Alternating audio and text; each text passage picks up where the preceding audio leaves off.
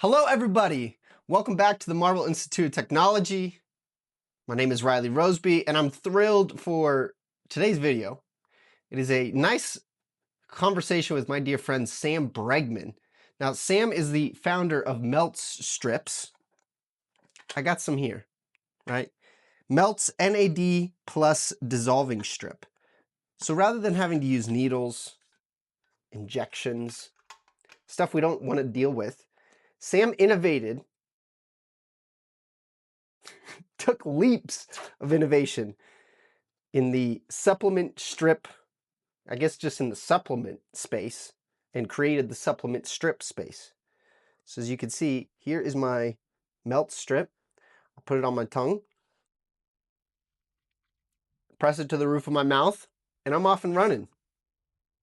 I'm super excited for you guys to learn, listen, hear about Sam's never-ending journey through the creation of melts, all the pivots he's had to endure, what excites him about the future. Without further ado, because this isn't about me yapping, please enjoy my conversation with Melt's founder, Sam Bregman.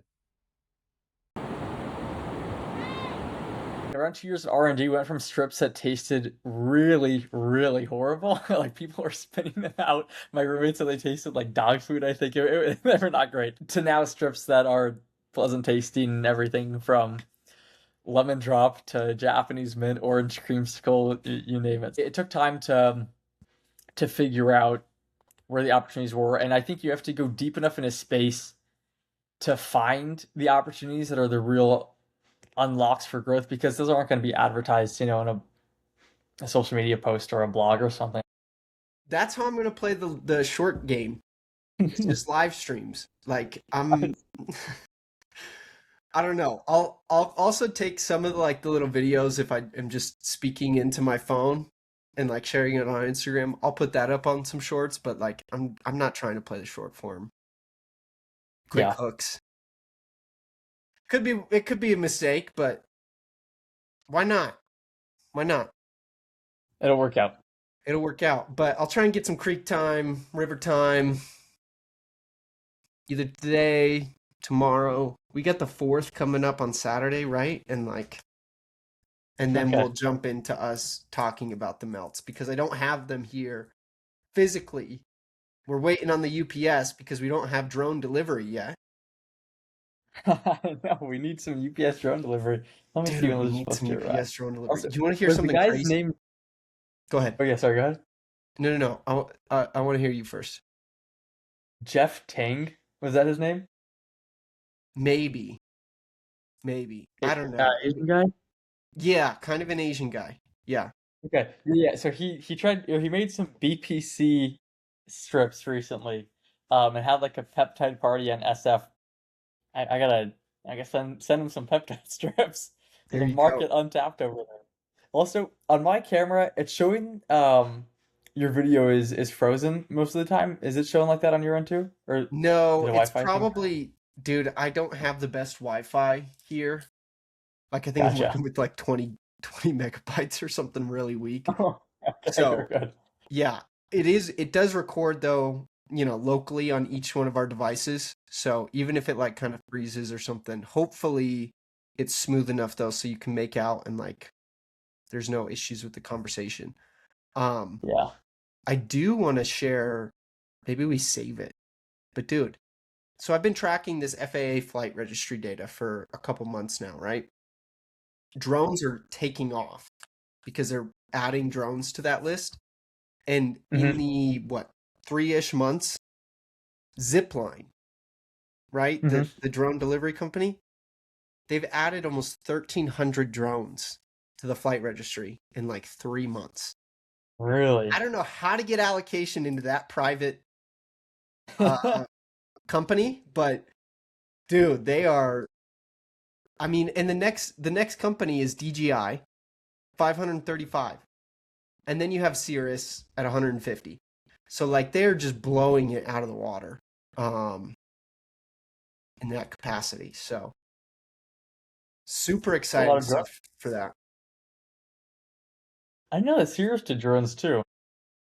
No. So that's just total new registrants. So there's Oh, gotcha, yeah. gotcha. So there's been 150 new Cirrus aircraft registry on the flight registry. What did I say? 1,300 for ziplines, drones. Yeah, Something's afoot, it's a man. lot of progress. A lot of, yeah, stuff is It- being deployed. Something's being deployed. I'm excited for their IPO, if and when, hopefully soon. But all right, let's get this thing going. Are you Let's ready? do it.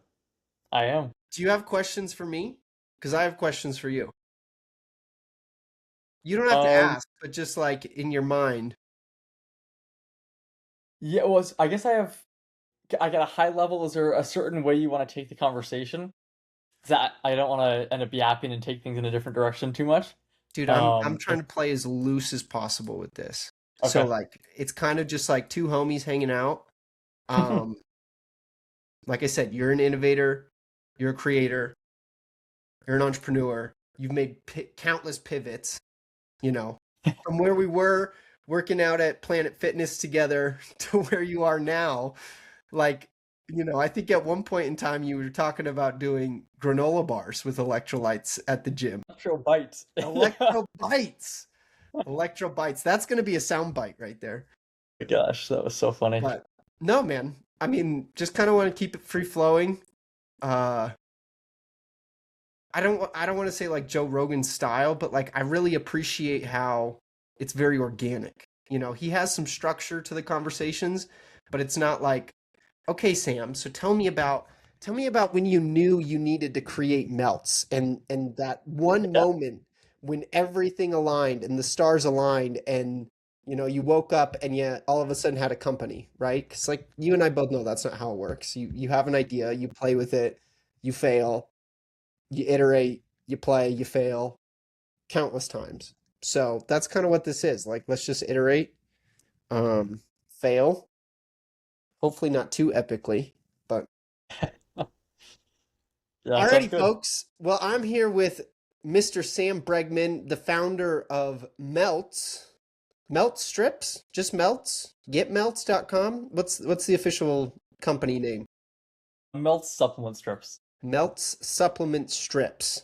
I love it. Well, Sam, the reason I wanted to have you on here is because you're an innovator. You're an entrepreneur.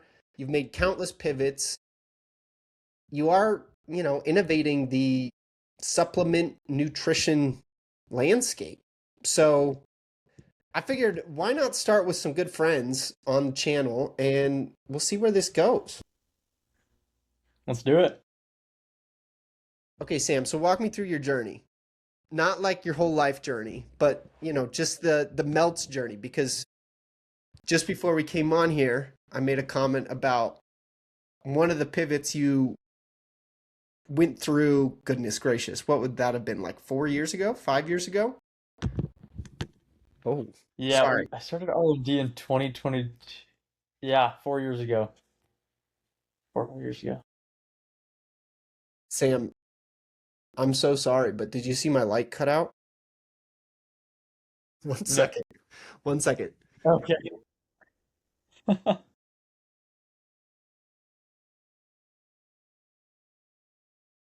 I want to make sure this is bright. Sound and light, right? No. Say it again? I said sound and light. Yeah, two of the most important things. Yeah, right now I can. You're good on sound, on light. Dude, Got a little bit. It's this funny. is It such keeps a mess. freezing. I'm almost tempted to leave this all in there just because it's a comedy. Like, I've Yeah, never those done are this pretty fun. before, kind of thing. Well, it's hilarious. On my end, it keeps freezing. Like I get a couple seconds of movement from you every maybe minute or two, and then it's just stuck in one position, Okay. How's and then I that? see you again a How's minute that? later. All right. I still can't say anything, but if it's good on your end, It trust that looks it's good on good. my end. It's the Wi-Fi we're working with, but the lighting is better, so you can actually see my face. No, but talk us about the pivots. Talk to us about the pivots because to set the stage, we were working out at Planet Fitness. Goodness, this was probably 2022, somewhere in there. And what melts was at that point was very different than it is today. So, as somebody who's innovated, like actually made an innovation in a industry, like how did that all come together for you to be like, I want to try something completely new that nobody else has ever done before? There is no roadmap, right? Like you're bushwhacking, you're trailblazing. Yeah, I mean, it certainly was not a smooth journey or one that I could have predicted. I think what happened, so I grew up having to take injections of a medication for like around 5 years. And so the With a journey sort of needle, started with, right? Injections with a needle. Okay. correct. Yeah, yeah. And as you can imagine, it wasn't super fun. The medication burned. I would bruise, and I was like, why can we not deliver these compounds without the poke? So got my brain going in the space of alternative delivery methods. And then a couple years later, developed a different medical condition, and that required rapid delivery of, in that case, it was electrolytes at the time.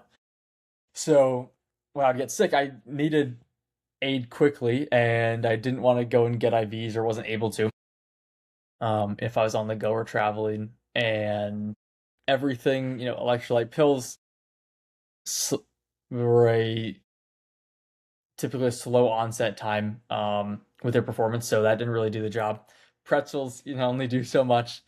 I'm a big fan of a couple electrolyte powders that you mix in a drink. Those are great, but again, still didn't hit as fast as I needed, and everything still required pills, which I already had pill fatigue from, or the messy powders, and having to drink an entire bottle of water just to get those couple grams maybe of whatever you're trying to get into your body. So that was the foundation of how do we deliver compounds without the poke, without the water, without pills, faster and more efficiently. Because also, I mean, pills were first developed, like vitamin pills, in the early 1900s, and for the last century, so it was basically pills in the early 1900s.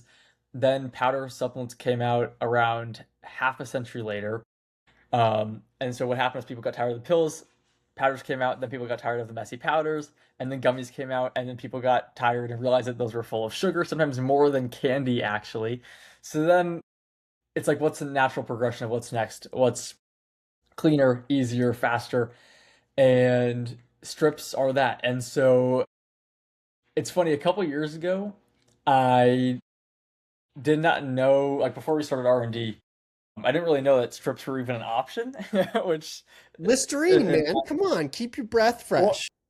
I mean, I was definitely taking those in junior high, but I didn't know that they could be used as a delivery format for supplements. And I had a conversation with the guy at a cousin's birthday party, funny enough. And he does private equity, I think, on the East Coast and quant trading over in LA or vice versa. And so he's flying back and forth all the time, big supplement guy. And so we got talking, and he put me on the track of some alternative delivery methods, and then that led to some research, then a grant from ASU for a couple $1,000s to begin R&D, a trip out to our So, lab and our current manufacturing partner, and then from there it's grown. So I mean, yeah, we started with other formats that did not taste good and didn't work, and then fortunately through failing and learning the issues with those, we're able to build the strips, and now have built products that are being used nationwide by parents, busy professionals, clinicians. So myself, it's been a yes, yes. I'm a user. I'm a Our user. friends in Colorado, our favorite live streamers, and so, yeah, it's been great, and it's really neat.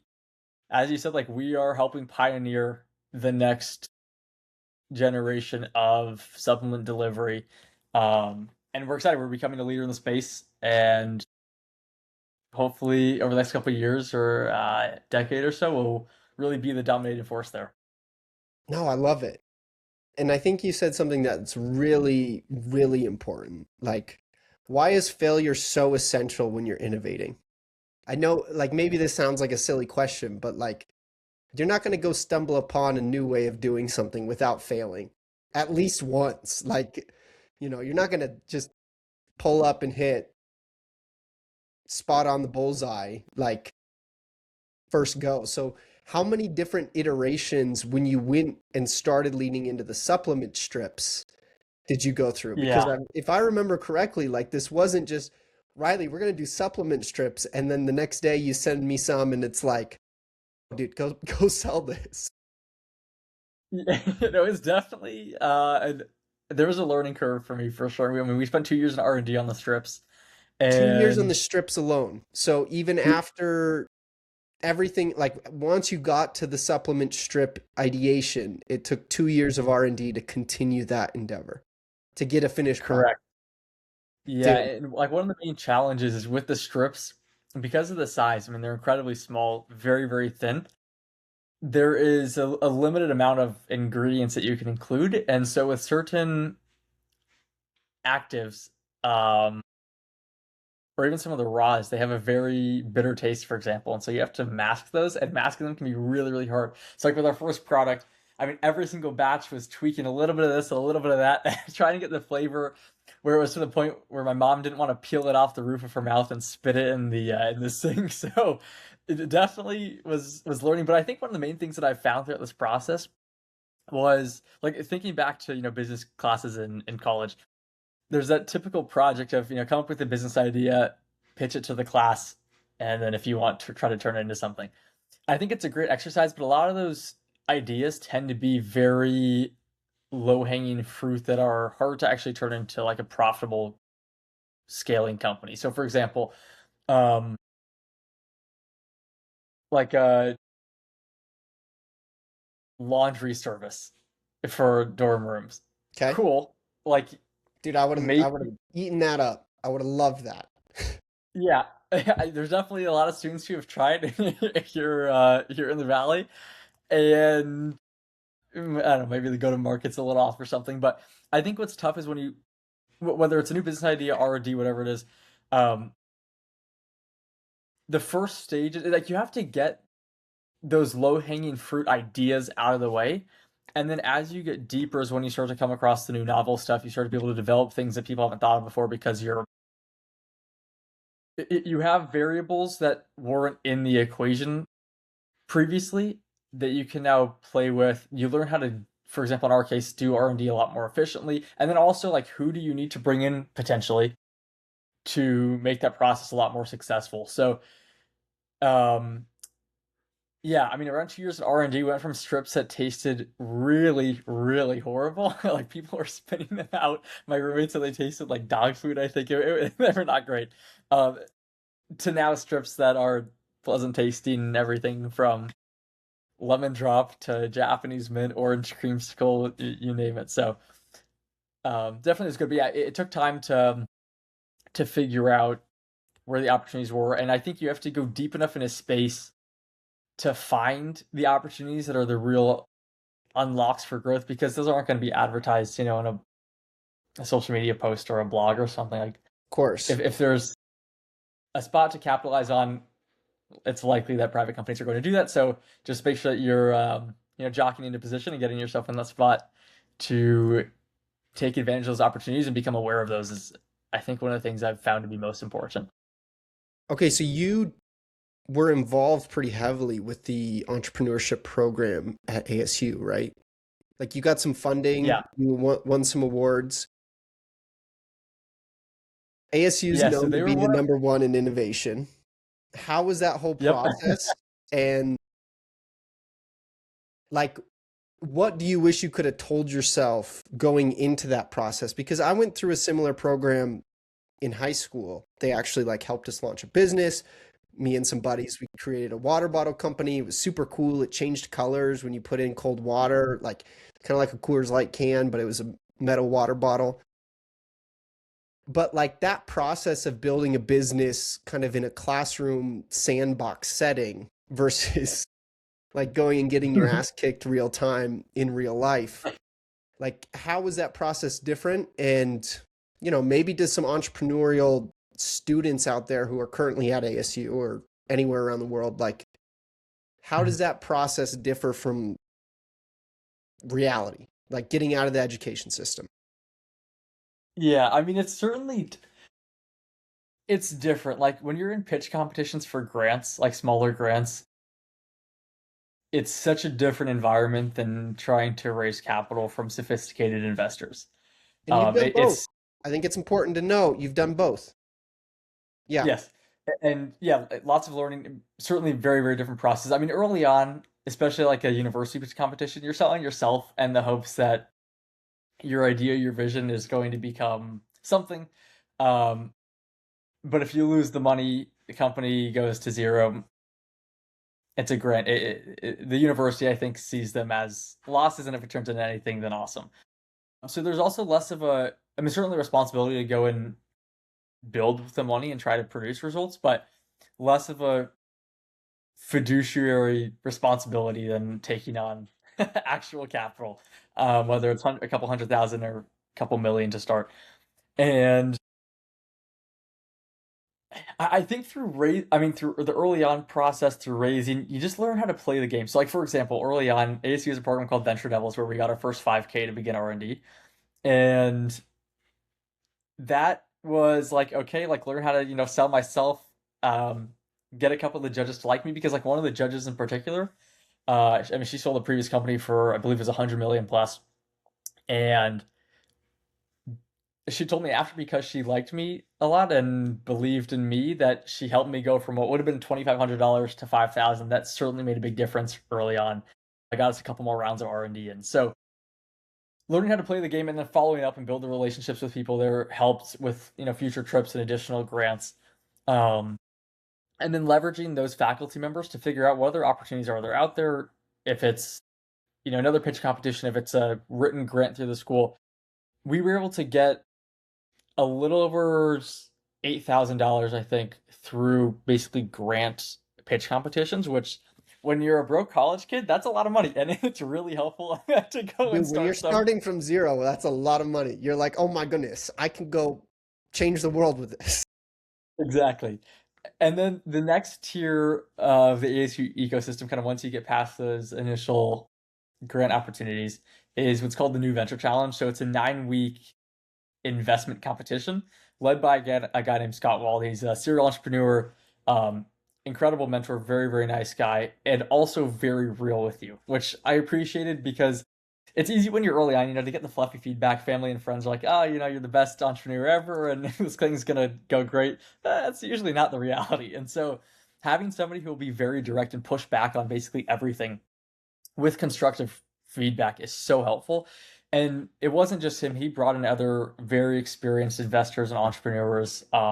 There's a physician as well who also is an investor in the case. So I got to talk with the doctor a bit throughout the period, and the class went well. We ended up getting first place, and we actually got, I think, one of the biggest awards they've given out. So we won first place, got 35,000 through that, and then got an additional 15,000. So 50K on a safe was a healthy start, and that really helped us get going, and then leverage that to go and raise our first round. So it's playing the game, figuring out what does each competition want.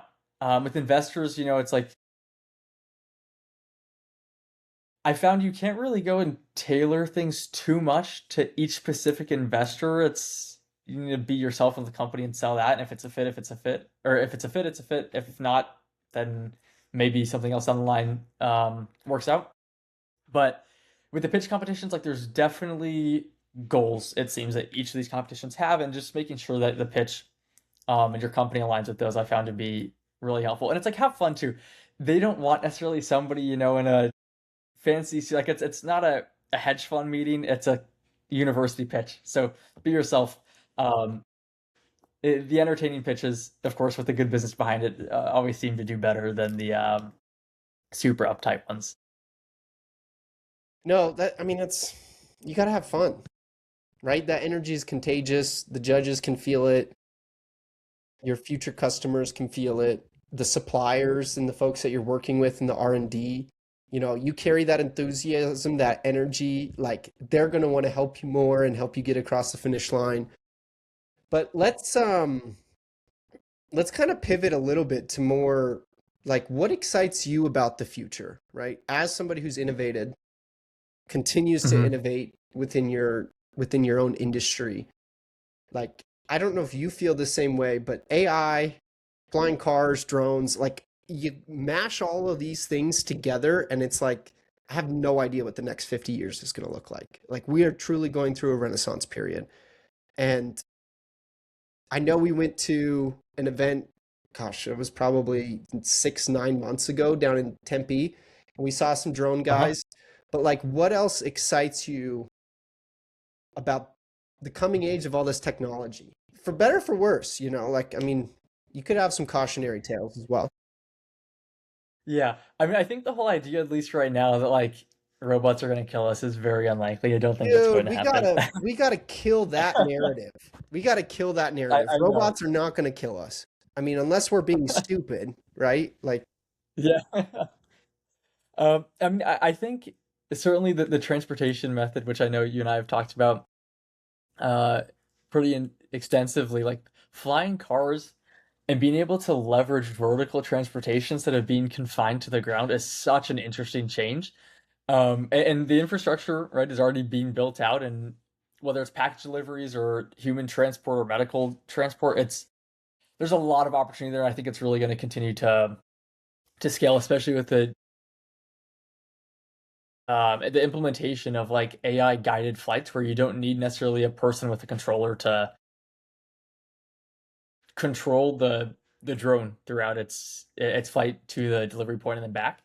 Um, I so think on like the I biotech want to side, I want to oh, touch go on ahead. that point though, right? Because I Yeah. think in some of the research work I've done, the reason Americans love our cars, and I'm in there with them. I got a great truck. I like to have fun. I like to go venture around. But like everyone's like, "Oh, well, there's so much freedom with the automobile." But like in a world where you're not potentially flying yourself, but you're still able to travel and commute, like are you concerned with the autonomy of the technology kind of taking over in that capacity, or are you like, "No, man, just give me there. Like, I don't care how it happens. I don't necessarily need to be the pilot. Like, if the tech is has proved efficacy, you know, if there is legitimacy behind it, like, do you need to be in full control? Are you happy letting the computers just take charge?" Yeah, I mean, I think there's a level of manual control that's important. Like we see in the Teslas, right, with the full self-driving mode, you can go from Phoenix to California without hardly touching the wheel and have a safe drive uh, to there. But there's still the option for the human to take over and manually steer, brake, etc. So I think a similar thing will happen, especially like aviation is such a deep part in our history. Everything from the Orville brothers, right? They're the ones that, or am I blank? Wright What's brothers. what's their last name? I'm pretty Wright sure it brothers, was Orville. Orwell That's Wright, California. if I'm Oh right. yes, yes. um, yeah, I mean, I think it's part of like human creation of finding new ways to explore and to see, and so I'm sure the automated flights will be an option, but I'm hoping that the manual controls will still be there as well, as either a backup or if somebody prefers. Because like I would love to get my pilot's license down the line.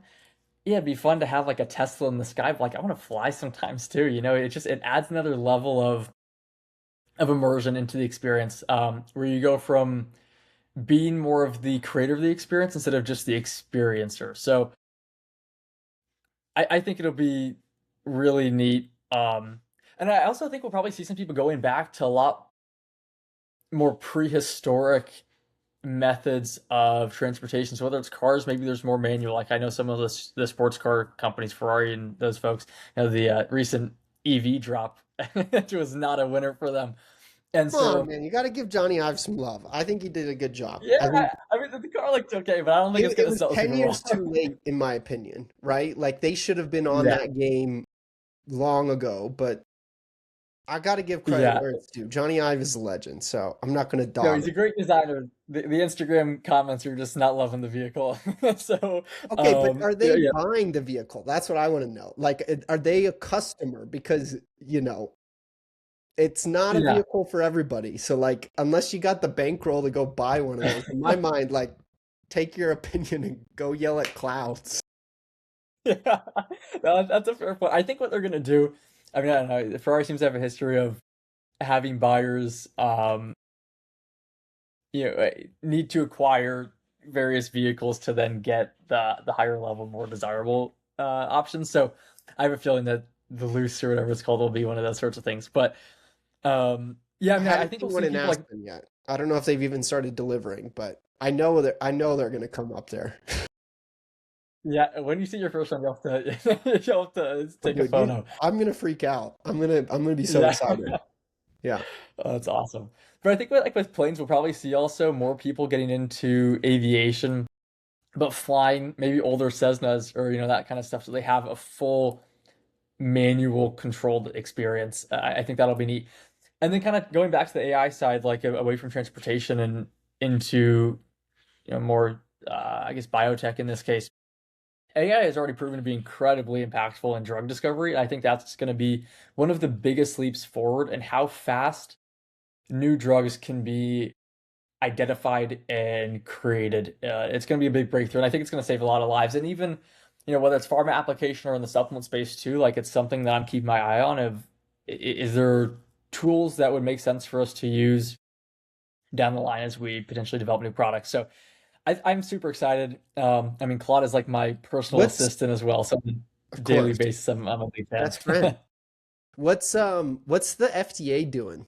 Have they taken any measures of like using AI to help with the approval process, right? Because it's one thing, I mean, I think aviation and biotech are similar in this regard of regulated industries where like it's one thing to say, "Oh, we've discovered this new drug." It's a completely another thing of getting it through the FDA approval process. How many, there's what, three phases? There's kind of like two parts within phase three, if I'm not mistaken. I mean, this is from my biotech trading days, so I'm by no means an expert, but like there's red tape there. There's litigation, there's bureaucracy. So just because we can create it and create the compound with AI, like are the processes getting accelerating as well with the new technology coming down? Yeah, it's a good question. Honestly, I'm not sure. I've been so heads down in the supplement space where the pharma realm has just been kind of Well, news that's a bits good that thing I'm that you don't have getting. to deal Yeah, with them. yeah. I am glad I don't have to deal with that currently. Um, I mean, I wouldn't be surprised if it eventually finds its way in.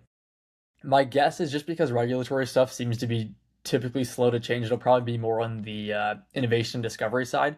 And with that, I mean, if a company can come across a novel compound that can be a multi-billion-dollar success for them and do XYZ for whatever disease, I have a feeling that they'll try to push that. They'll still have to invest, what could easily be hundreds of millions or billions of dollars into the development and the testing, but I think it's finding its way in there. I feel like every month on X, I'm seeing a new AI biotech company. So Dude. it seems money and attention is going there. Well, so I've been like, I mean, in the markets, I've been just patiently waiting, and we're starting to see it. Biotechs are, I don't know if you follow biotechs very much, but like they're rocking. Like they have been going straight line higher for the last few weeks. And I've been so patiently waiting for like this biotech AI bubble because you just know it's coming. Like there was a massive bubble within biotech during the dot-com era, right? And like you think about how computers changed the game and developing new drugs. And that was like really a watershed moment within computers and technology. And now we're kind of going through a similar watershed moment with AI where it's going to be booming for biotechs. And, you know, I think that's a good thing and a bad thing. Like it's probably going to catch some folks on the way down, but never been easier to start a biotech company probably if I had to guess. I'm not interested, by the way. Yeah, I think the one thing with AI that is, I don't know, like very important to keep in mind, especially for more of the college age population right now, because it's so easy to hop on Claude and feel like you're a expert in whatever you just spent 5 minutes, going back and forth on. Um, but AI, like especially for biotech and some stuff in the supplement space, and I'm sure other industries as well, there's still a good amount of information that is kept private. for commercial use. Like there certain data sets aren't available, and so you don't always get the full picture when you're working with some of these AI tools.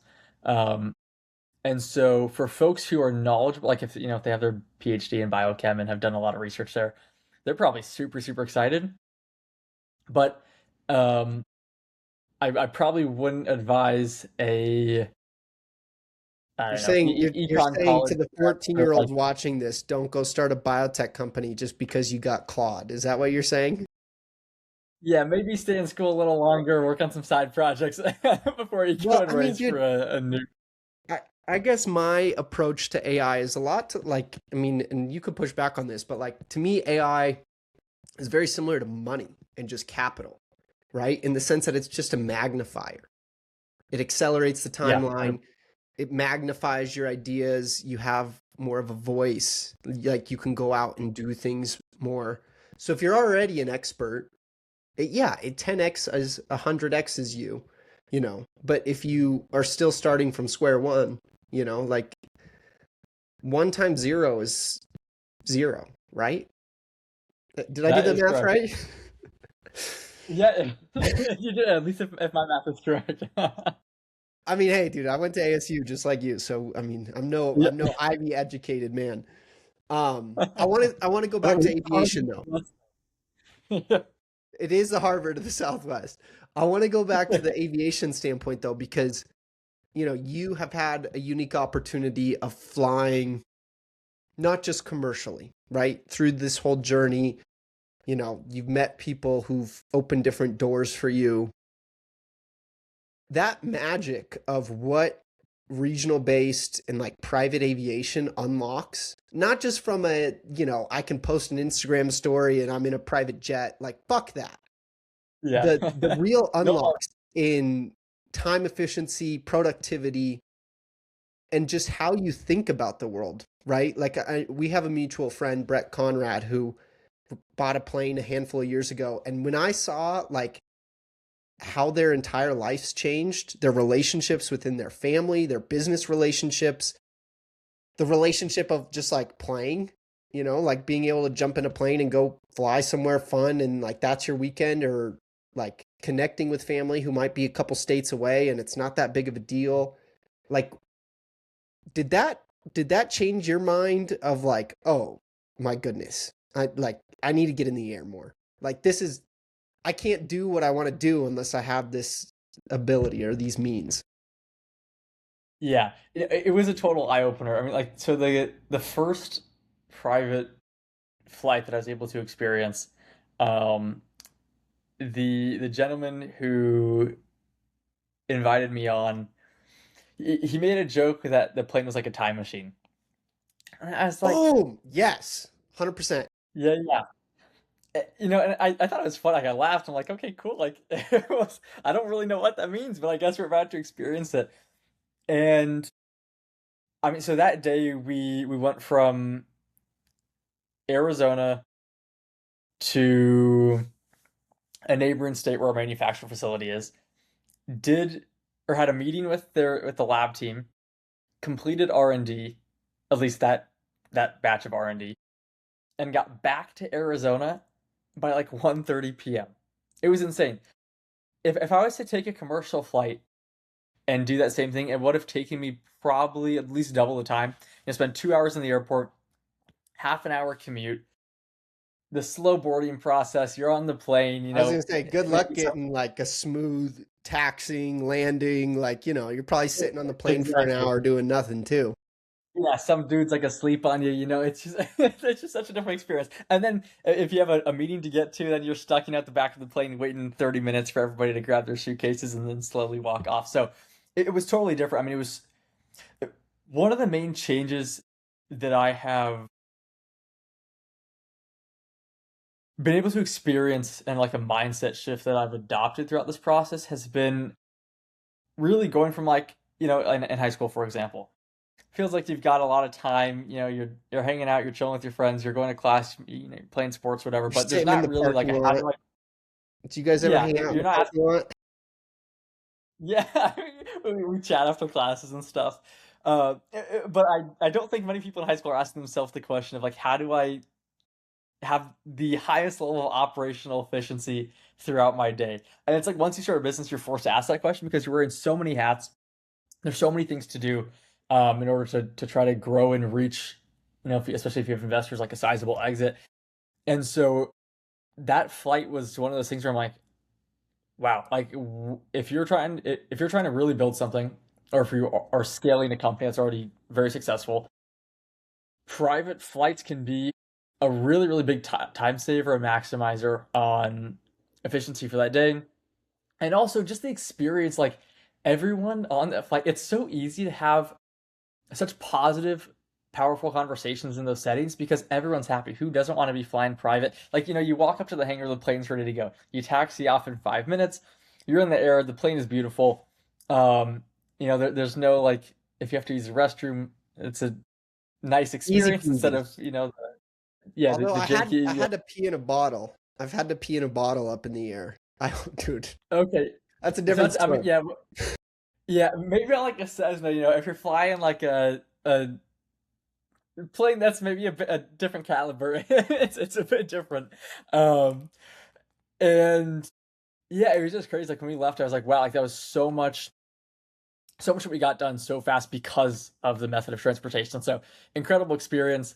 I mean, I hope one day I will be able to secure my pilot's license and get a plane. I don't know if it'll be We'll get there. the ones that I flew on, but like We'll get regardless, there. being able to have that autonomy in the air, I think is just so I mean, talk powerful. And about freedom, right? In well, my yeah. mind, that's like freedom at its highest form.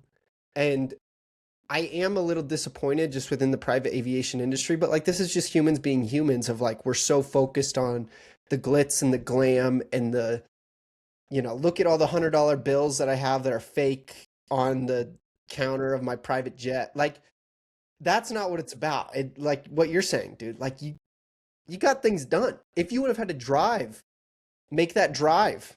Like it would have taken you a day to get there. You would have slept Mhm. in a crappy hotel, gotten crappy sleep, woken up, been off your game, go meet with them. You come back to the hotel, then you drive back home the next day. Like it's a no-brainer. And so part of what I want to do with this and where I see this whole trend going is like that private aviation experience is not going to be, I mean, it's going to be hard to reach. Like it's a very difficult milestone to reach. But I'm thinking like with the advent of all these electric aircraft, the eVTOLs, we're seeing all this drone activity going on, like getting that barrier to at least come down a peg or two to where more and more people are able to experience that. Because I feel like for some folks, for most folks really, like they just can't even imagine what that life is like. I mean, I know my parents, I'd be like, like it Uh-huh. would take me about an hour to fly home from where I'm at to where they're at. And it's like a 4.5, 5 hour drive. If traffic on I-70 is bad, it could take an entire day. Like most people don't even acknowledge or understand or even like have the creativity of like, what if I could just fly? And like Mhm. there's regional airports everywhere. So like wherever you need to go, there's probably a regional airport to accommodate. 100%. I think there's not only are you able to get to, favorite spots, maybe a city where your family lives or that sort of stuff for a business meeting faster, but I think there's so much benefit from traveling and seeing new places. And I think as like with these LLMs, so many people are getting the same input, and so I think it's leading to a lot of the same result. Like you see this in ads now, or like the GPT created posters. It all looks the same. People want like actual unique creative taste, and I think you get that from unique inputs. And I've found like some of my best or biggest ideas have come from being physically at a higher altitude. So rooftop of a tall building in a plane. Like I have this weird thing that happens every single time I'm on a flight and I'm looking out the window. I'm like, okay, it's literally time to do just, Dream big. just yeah, exactly. And so I think the Dude, we altitude got to is a get you up here to Colorado. Get you at high altitude, let your brain just run rampant. I know sometimes too. Yeah, we got to find the time to make that happen. Now, I think there's also kind of just selfishly adding a bit of the health touch. I didn't realize this until I went on the private plane, that there is a level of health optimization happening on private flights, at least some of them, compared to commercials. Like when you fly commercial, um, the I always get sick. yeah, the interior um, environment can lead to, like your immune system can have a harder time and has to fight harder. It's easier to get dehydrated. Some of these The private planes junk are able to food, keep hold on, but we got to keep going to this, dude. The junk food, the food options at the airport, right? Like yeah, it's just as bad as a convenience store where you're just buying Funyuns and gummy worms. I just mean, I'm $20 all instead. for Funyuns and gummy worms at the right time, but like Yeah, in a logistics standpoint, like if you're traveling and you need to eat, like it's not in your favor in those environments. So no, it is I'm sure the definitely. private experience, you could eat where you want to eat. They might have catering that has real food that's We not. actually got Chipotle, funny enough, on the way coming back. What else do Um, you want? Chipotle in the sky, man. that's all you can ask for. But it's interesting, like with these private planes, at least the nicer ones tend to have lower interior cabin pressures, and so when you fly, you get less jet lag too, which is just another benefit where you can go, even if it's a long flight, and you can adapt and get back on pace faster with whatever your life, consists of, work, trip, Dude, etc. I'm so happy you And brought that so, up. I never would have thought of that. yeah, I didn't even know it was a thing, and I mean, it really makes a difference. Like, think about if you go to, let's say you have a big conference, you're flying from, I don't know, Arizona to New York. It's easy to get jet lagged from a flight, coming back or forth, and like, kind of puts you off for maybe a day or two or three, especially like if you're going to Europe or something or like a farther flight. But if you're able to be in an environment that is more conducive to optimal health, always, just like think about how much better, right? How much more energy you show up to those meetings or like conference with, how your sleep quality is improved, your recovery is better, if you're still working out, let's say you're, morning before the conference or whatever. So it's there's a lot of levels to it that people don't understand. I mean, of course, there's also just the challenge of like you have to be. I think plane ownership in some ways is very glorified, especially with the private jet stuff. What I've learned is it's usually not a smart economic decision unless you are very, very much in the position to be able to afford one of those. Otherwise, it's like it's cheaper to rent and charter, and it's probably a better decision actually most of the time to do that. You just can't say you own a plane, but I think it's just an ego thing. So It is what it is. We can't all be like our friends up in Canada who are the highest usage airplane in the country, but one day. are they the top flyers? No, I friend of a friend has the title for the most frequent flyer of a private jet in Canada. Sick. Yeah, founder of a little apparel company we're all familiar of. Yes. Yeah. Um, Nice. yeah, I mean, like when you get to that level, right, it does completely unlock things, and yeah, probably purchasing a plane makes sense. But even just like being able to experience, dude, even just experiencing a small airplane, right? Like if you've Yeah. never flown in a small airplane before, just to like get in there and like if you can, rather than just like doing a loop around the airport and like coming back and landing, like if you can land somewhere else and then it clicks in your brain, like, wait a second, it took us 10 minutes to get here, 15 minutes to get here. It would have taken me an hour to drive here. Like, Uh-huh. to me, that's the magic moment. But dude, we got to keep innovating, right? That's the only way this is going to come to more folks is if we continue to innovate in the aviation space so that it's more accessible. 100%. 100%. I think with that too, there was a clip I saw a while back. I think it was a Elon or maybe it was Naval or somebody talking about how like the human race, tends to expect, because tech and medicine and all these different things have advanced over time, that they will inherently continue to do so. But like if nobody builds, nothing's gonna happen. Things just come to a standstill. And I think will always be a segment of the population that will build no matter what. But I think it's an important reminder, like we have a responsibility if we want to see that stuff happen, that we have to help create that tech. Dude, we do. I mean, in my mind, it's like you're either growing or you're dying, right? Like you're either continuing to move forward or you're moving backward. And we've seen examples in history of us going backwards. and it's very ugly. It is Hmm. not the direction we want to go. So it's like, yeah, we have to overcome some of the cause of concern with AI, with robots, with autonomy, with the data centers, all this stuff. But like, if we don't continue to progress, it gets really ugly really quick. And I don't want to live in that world. That's for dang sure. We've almost done this for an hour, Sam. This was far beyond my It's going by quick. expectations. So thank you. Um, do you have any questions for me? Pepper me. Yeah. Hit me with your Um, best shot. okay, flying cars. Do you have a favorite design you've come across so far, and why? No, because I don't think the iPhone of flying cars is out. Like it's in my mind, okay, so Leo Flight is probably the closest thing to like coming up with an idea that could work that is truly like kind of that driveway takeoff flying car idea, right? Um, but the way I'm looking and kind of thinking through this is it took what, almost 20 years from when cell phones really kind of trickled into the market before the iPhone came around, right? We had the big brick phone. There's that classic image in the first Wall Street movie of Gordon Gekko on the beach with his big old brick phone, and like it was a cool status thing. But then, I mean, that was probably what, early 90s? So neither one of us were even an idea, right? And then it took all those years before Steve Jobs came around and before we have the iPhone. And now it's just like the default design of like this massive touch screen that is evasive in my mind, and that's what we got. So it's like it's hard for me to think about what that design looks like, um, Hmm. because I think we have a few leaps forward in innovation when it comes to propulsion, when it comes to fuel, aerodynamics. So I don't even think that design is in somebody's brain yet, Sam.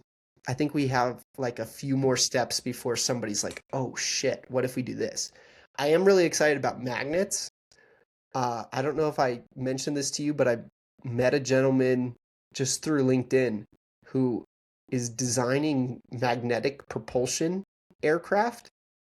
Now he is not building anything just yet, but dude, like I'm all for that. Like he is putting himself out there and going so contrarian to what the previous ideas and design understanding have been.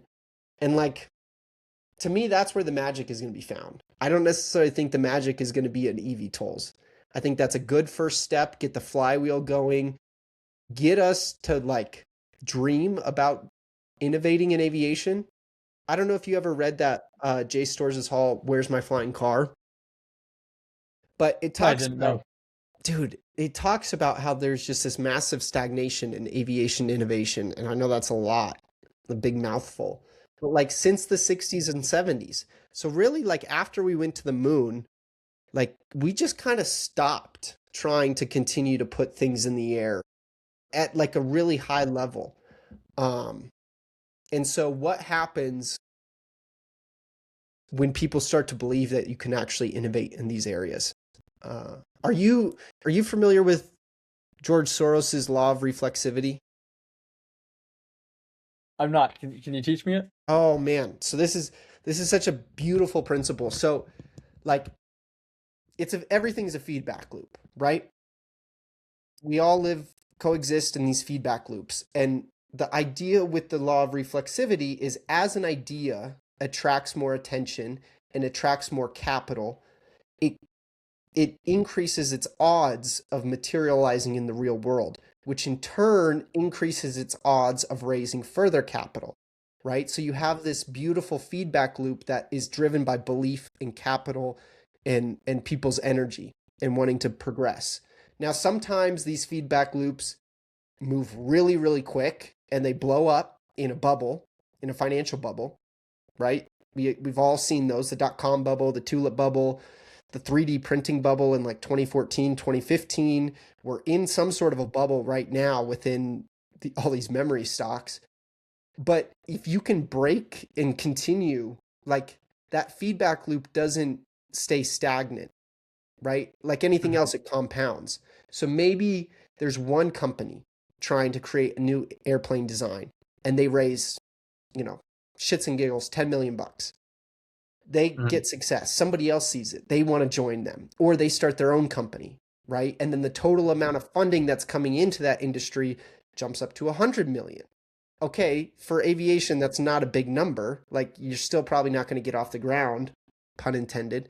But as you could like you could see how this feedback loop is going. And if there's success and that feedback loop continues to evolve, like we have no idea what it turns into. Like I don't know. Could you imagine talking to Elon or Peter Thiel during the PayPal Mafia days and being like, here's where we're at in 2026?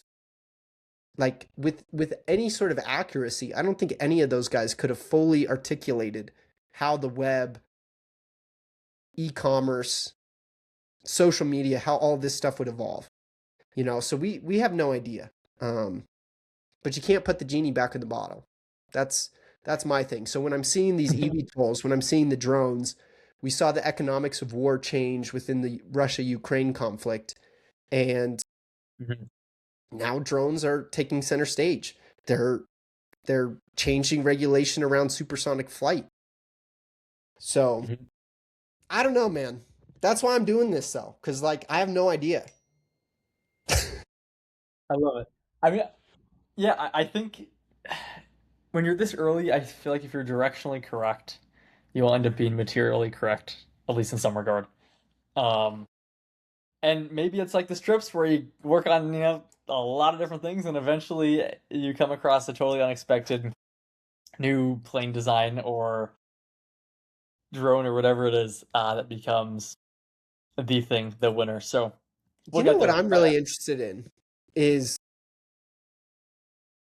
honestly, and maybe this is kind of a humbug of me, but like the FAA needs some work. It needs a massive facelift, and I know they're talking about it, but like I would love to see and figure out, and I'm sure Palantir is working on it, but like who's building the autonomous FAA system? And is this a project that like we're actually taking seriously? Not to remove humans from the equation completely, but like we have the technology.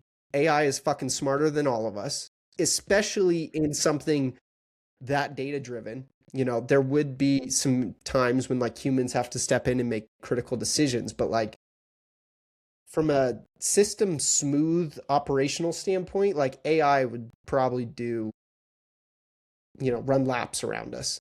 And so it's just like, are we taking this stuff seriously, and are we building and positioning for the future versus having to constantly be playing catch up? And it's like, oh shit, Mhm. we have these eVTOLs. We don't even know what to do with them.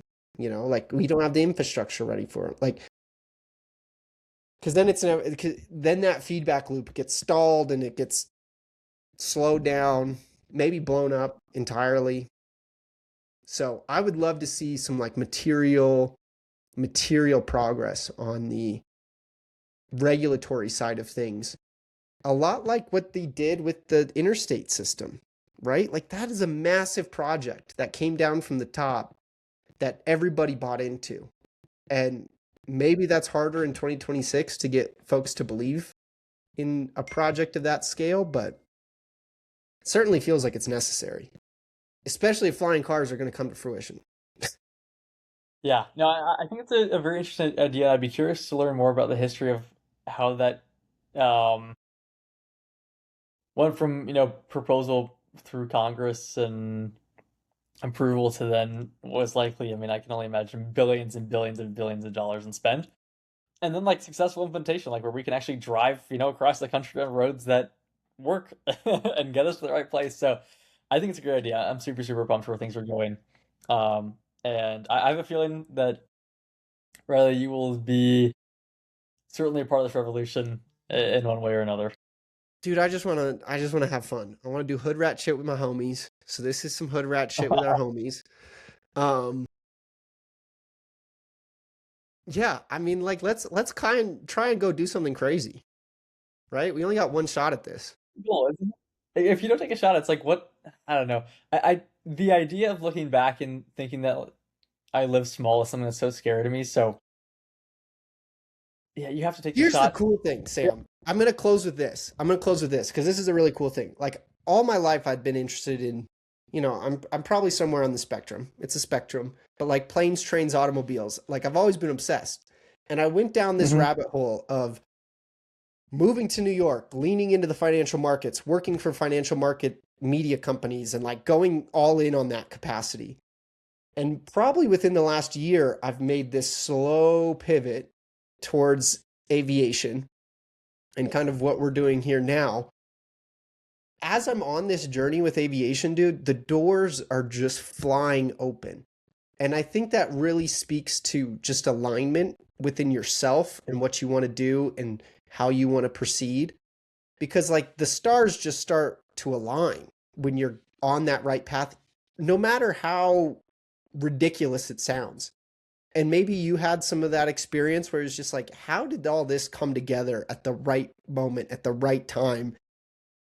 Maybe after you made a big pivot that you were scared to make, close a door that you didn't want to close. And then all of a sudden 20 doors open and you're like, holy smokes, which one do I pick?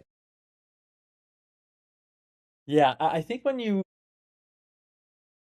I don't know whether you want to call it the universe, God, whatever. I don't know. People We believe can it's like use the source. universe. No, no, no. We can use universe. I understand what you're saying. Let's just use Uh, universe though.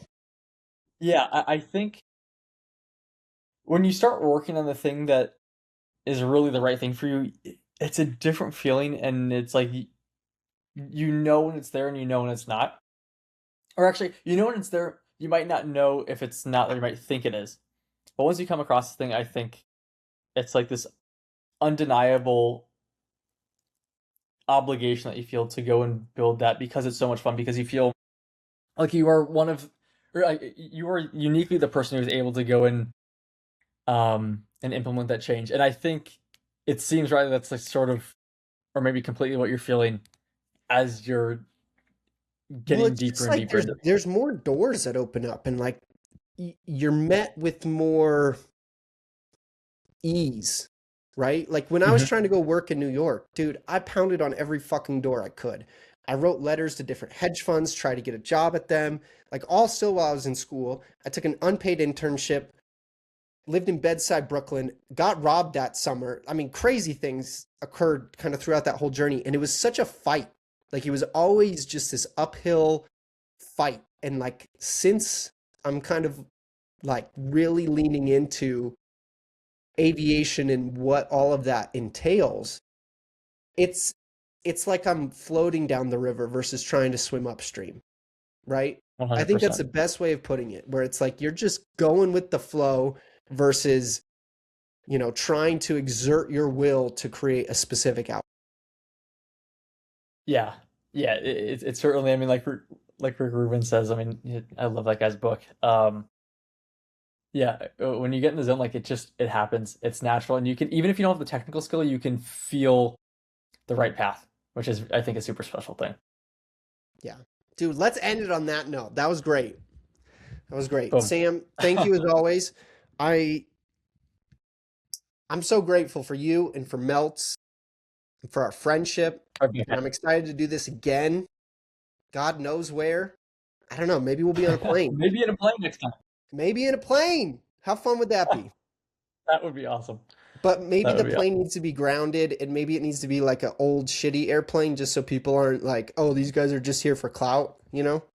Yeah, I we don't can know. do like a Cessna with Starlink, or something fun. Yeah. Yeah, certainly. Oh, Alrighty, my friend. Well, thank you so much for doing this. We'll get it up of and course. out in the world here soon, but keep crushing it. Keep crushing it. You too.